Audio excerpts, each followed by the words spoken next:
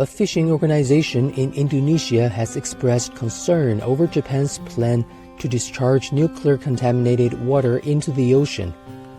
The chairman of Indonesian Traditional Fishers Union said that the Japanese government must realize that its plan will have an impact on the marine environment and public health, which will also be bad for the economy in fishing-producing countries.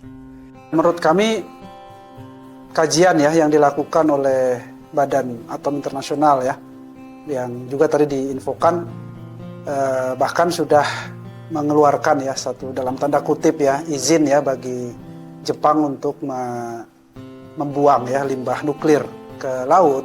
Menurut saya tidak cukup Ini tidak bisa dijadikan sebagai legitimasi bagi pemerintah Jepang untuk membuang limbah nuklir ke laut. Dengan aktivitas melautnya akan terus dilakukan oleh para nelayan-nelayan Jadi konsumennya khawatir bahwa ikan yang akan dia makan itu akan berkontaminasi pada dirinya gitu.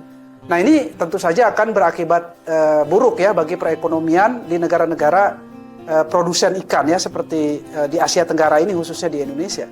Mesti disadari oleh pemerintah Jepang bahwa tindakan yang akan dilakukan itu memiliki dampak bagi kerusakan lingkungan laut dan juga kesehatan masyarakat.